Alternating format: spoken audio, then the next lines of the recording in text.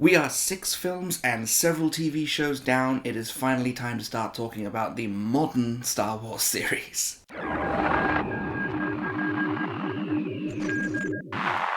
Hello there, welcome back to the channel. I am Grand Moff Tony. Well, we've gone through a lot of movies, a lot of TV shows in this series, but it's finally time that we start talking about the modern Star Wars trilogy, the sequel trilogy, and the movie that started it all, the movie that kicked off this whole new modern era of Star Wars that we're living in, and that is The Force Awakens. It's the movie that ended my 10-year hiatus with Star Wars. It's the movie that reminded me, yeah, you know what? There are movie franchises that I like, but there's only one that I absolutely love, and that's Star Wars. This is the movie that brought me back to Star Wars, and the memory of going to see The Force Awakens at its midnight screening when it first released, all by myself in my favourite Star Wars t-shirt, is probably going to be a core memory of mine for the rest of my life. There was a band in the cinema playing the Cantina Band song. It was just a really, really great night out, and I saw the movie 7 times in the cinema. I loved it that much. With that being said, the movie came out at a pretty primitive time in the Black Series history. It justified a transition from the old style boxes into the new red and black style, but it's still very, very early days, and a lot of those early figures are still kinda hard to look at. There are several that I don't have just because I'm hoping that one day they'll re-release it. But with all that being said, it is relatively well represented in the Black Series, being as, you know, it was the new movie at the time, so the Black Series was just pushing out Force Awakens figures non-stop for a really, really long time, and they covered a lot of ground, but they did miss some ground, and that's what I'm here for. So that's what we're going to be doing today. We're going to sit here, we're going to talk about my top 5 picks for characters from The Force Awakens that I need to see come to this line. Now, obviously, once again, we're going to be following my usual rules, which are single pack and deluxe figures only, no vehicles, no HasLabs, nothing like that, just standard figures. With that out of the way, let's get into some honorable mentions, and one that's probably going to come up more than once while I'm talking about these movies, and that is I need photoreal updates of the entire main cast. As I said, this movie's figures came out at a very primitive time in the Black Series, so a lot of them are decent, but a lot of them have got very, very plain, very, very under-detailed faces. I'm sure I've told the story on this channel before about how the original Red Line General Hux is part of the reason that I took so long to get into the Black Series and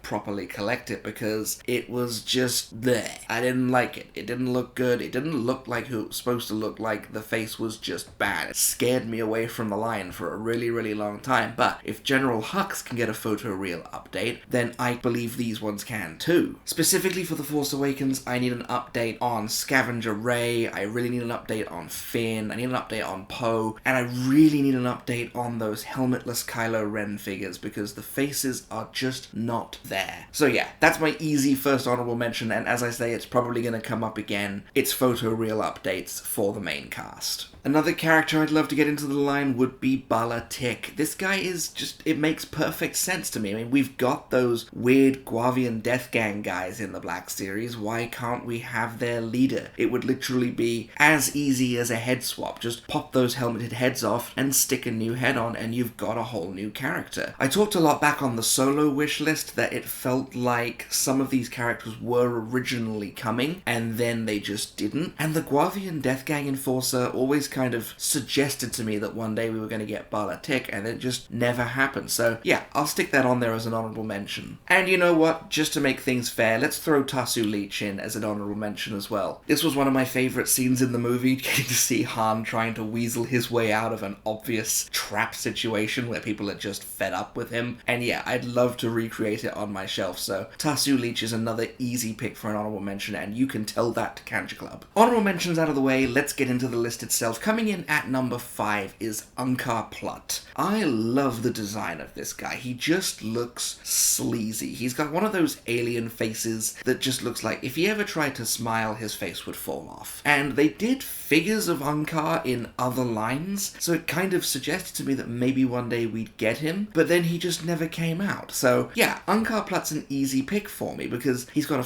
fascinating design. He would look brilliant in figure form, and I would just like to get a big alien scrapyard bully figure on my shelf. He'd just look brilliant. I don't know if he would have to be a deluxe release just because of his size and the amount of detail that would go into it. If you're gonna make it deluxe, I'd have to have like several accessories included in the box with him, like maybe little bits of food that he could have or other scrapyard things, just to kind of fill the box out and make it worth that elevated price point. But really, we say this all the time in this series, the Black Series does aliens so well, and I feel like they could really do a great job with Unkar, and that's why he's an easy pick for me. Like, he's one of those very few speaking parts in the movie that don't actually have action figures in the Black Series yet. I mean, he is a very early antagonist in the movie. He's pretty much been Rey's antagonist her entire life, so why don't we get this guy into the line and he can continue to be a bully as much as he likes. In terms of creating this figure, he would probably have to be brand new from the ground up. I can't think of any figures really in the line that would even go into making this, so maybe that's why it hasn't got a figure yet, but I think it's worth it. Unkar Plutt is an easy choice for number 5. At number 4, we have Snap Wexley. Now this guy, I've picked him for a very obvious reason, and that's that firstly, he would be very easy to produce because we're effectively talking about another X-Wing pilot figure, and there have been a ton of those in the line already, but that's really kind of the point. You can't really pull off Snap Wexley using that old X-Wing Luke body because he's much taller than Luke is, and he's got a much stockier form, so really the reason that I want this is we have to revisit that old X-Wing pilot mold and do some kind of reworking with it to really bring it up to modern standards. And I feel like Snap would be the perfect character to do that with. Somewhere in my collection, I've got the Elo Asti pilot figure, and I don't remember off the top of my head if he used the same body as X-Wing Luke and Snowspeeder Luke and Wedge Antilles, if it's the same shorter body, but I feel like it's not. I feel like it was slightly bigger, so maybe we could use that as a base and then just build it up a little bit with some layers. I don't know, but really I would love to get this guy into the Black Series because he would just look so good in like a Resistance display. Like if you were to get like a display of all the Resistance characters like standing around a display of Starkiller Base, he'd look perfect for that. I would absolutely love it. I'd buy it in a heartbeat. Now I know what you're probably thinking, why would they go back and redo one of their oldest molds? I mean, we are talking about the original Black Series figure, number 1, X-Wing Luke. Why would they go back and do that? Well, I thought the same thing about R2-D2 for the longest time. Like, why would they go back and do another R2-D2 when they've been doing the same one for so long? And the answer is simple, because it needs doing. So frankly, if they're prepared to go back and spend a whole bunch of time and money redoing the R2 mold, I think they would go back and do it for their oldest and original figure in order to bring us a size accurate and really great Snap Wexley figure. Honestly, I don't need a ton in the box because he's only really, standing around in meetings and sitting in an X-Wing, and we're probably not going to get an X-Wing, are we? So yeah, maybe just stick a standard blaster pistol in there with him and that'd be good enough for me. Snap Wexley comes in at number 4. At number 3, we have Bazine Natal. Now, I really wanted to pick at least one character from that great Maz Kanata's castle scene, because there are so many broad and diverse styles of alien and different species and different designs. Like, I would love to get some of that on my shelf, and really, if I had to narrow it down to one character in there that I really wanted, yeah, it's Bazine. I talked recently, I think on the Resistance Wishlist, about how far the female body has come in the Black Series, and this would be an exceptional opportunity to really showcase that. We are far away from the days of the Huttslayer Leia and the Scavenger Ray articulation. We are in a new era where, like, Mara Jade and Dr. Aphra set the precedent and Bastila Shan takes it a step further. This would be a really great opportunity to capture that in a figure that would really accentuate that feminine form. I absolutely love this character design. It's loud, it's ostentatious, and it gives you a hint when you first see her, like, this one's tricky, I don't trust this one. And yeah, sure enough, no, you can't trust her, she's working for the First Order. Well done. And once again, I don't need a ton in the box, because she doesn't really do a whole lot in the movie, but maybe we could give her another example example of the Black Series penchant for very, very small, very, very minute and easy to lose accessories and just give her communicator or something. But if I'm really gonna push my luck, like if I'm really gonna sit here and say, best case scenario, this is what I would like a twin pack of Bazine Natal and Grumgar. Now, I know that is about as unlikely as it gets, but can't you just see it in your head? This brilliant display piece, like this centerpiece, a massive, chunky Grumgar figure who, like, is barely articulated, but that doesn't really matter because you only really need him in one pose, and then you can position Bazine next to him on, like, I imagine it would probably be a 3D printed chair, let's be perfectly honest. But yeah, if I'm really gonna sit here and say, this is my wish list, this is what I would like, yeah, I'd love to get these two in a box together, and I honestly don't care how much it costs, I would go out and buy it. Because, let's be perfectly honest, if Grumgar were to come to the Black Series, there's another very obvious figure that pops up on my Fallen Order wish list that would come to the line next, and that would be the Ninth Sister, and how cool would that be? I don't know, there was a time where I didn't think it was possible for that kind of transition to happen, and then we got Doc Ondar, and he was able to be used to create the Hammerhead figure from the Cantina. So there does seem to be this new penchant of when they're introducing a new mold, particularly a new alien mold, they'll pick a sort of side character first and then they'll transition into the character that you really, really want. So Grumgar would be a very easy stepping stone on the way to getting the Ninth Sister Inquisitor into the Black Series. And that's my argument. I'm gonna stand here and say, this is why I want these two figures. It's so I can get the Ninth Sister down the line. I don't know, tinfoil hat speculation out of the way, Bazine Natal comes in at number 3. At number 2, we have Lor San Tekka, the guy who starts the movie, the guy with the first line of dialogue in the whole of the sequel trilogy, and I was always kind of fascinated by his character. He's not in the movie for very long. He just sort of shows up for a scene, says some mysterious stuff to set up some things with Kylo Ren, and then he's gone, and that's that. But they've kind of expanded upon him and explored him more in the comics, and I believe in some of the books too, to kind of give you the idea of someone who's not Force sensitive, but believes in the Force, and I always really love those characters. He's kind of like when they introduced Chirrut Imwe a year later in Rogue One. You've got someone who's not Force sensitive, but believes in it,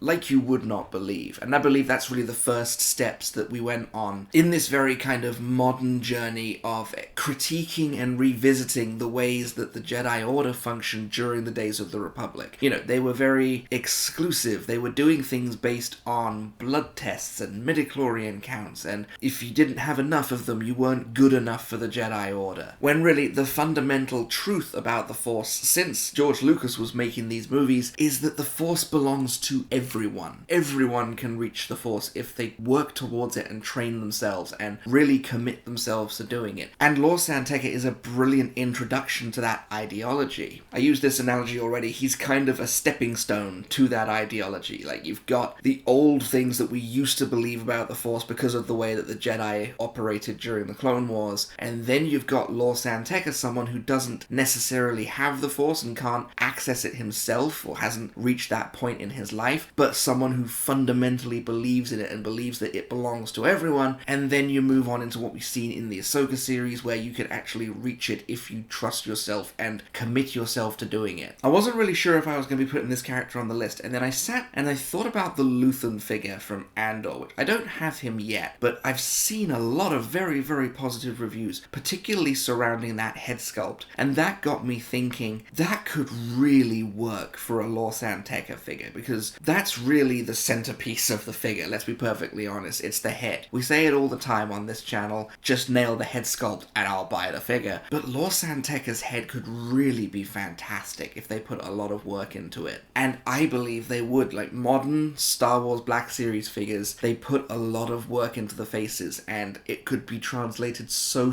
well when we're talking about Lor San Tekka. I'll be honest, I wouldn't need a ton in the box to go out and buy this guy. Maybe you could include, I don't know, an accessory that really pops up in his comic appearances, or something to kind of do like a deep cut reference that people would really appreciate who consume that media figure. Or if you want to talk about tiny, tiny accessories and no accessory being too small for the Black Series, would the map to Luke Skywalker be just too small? I don't know. I feel like it might be, but I would go for it. Just because, the moment you pop it out of the box, it just...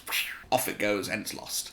I don't know, I just think that would be funny. Lor San Tekka is an easy pick for number 2. But my number 1 pick from The Force Awakens that I need to see come to the Black Series, it's a Rathtar. I'm cheating, of course I am. I do it all the time. But I would absolutely love to get a Black Series Rathtar into the line because it would just be brilliant. I feel like I talked recently, or maybe not recently, maybe it was back on the New Hope wishlist when we talked about the Dianoga, but I need to get creatures back into the Black Series because there are several creatures in the Star Wars universe that I feel like are an adaptable scale that you could really bring in and have in the line, and they wouldn't be too big to produce. And a number of creatures fit that criteria, and I feel like the Rathtar is one of them. Creatures are something that is sorely missing in the modern Black Series line, and that's probably because they've kind of transitioned over to just really focusing on characters and troops and making them like next level figures. But the CGI creature feature is a staple in Star Wars history. Like pretty much every Star Wars movie has got their creature feature moment where we encounter a really weird alien creature, and this would be the one from The Force Awakens because it pops up, it's in a short scene, and then the scene is over. It has its moment and then it goes. It's like the arena monsters in Attack of the Clones, or the Dianoga in A New Hope, the Rancor in Return of the Jedi. So that's really why the Rathtar is the number 1 pick on my list, because it's my petition to Hasbro. If they ever see this, if it's someone at Hasbro watches my videos, I don't bloody know, but go back to making those creatures because you did such a good job with them. Like, look how great the dewback is. Like, that is honestly one of the best things they've ever done. It just looks incredible. And I would love to return to that with something that really captures the ingenuity behind the engineering of these figures. So how would it work in execution? Because Rathtars are basically just a big fleshy sack with a big angry mouth and a bunch of tentacles. To me, that says that it should be easy to adapt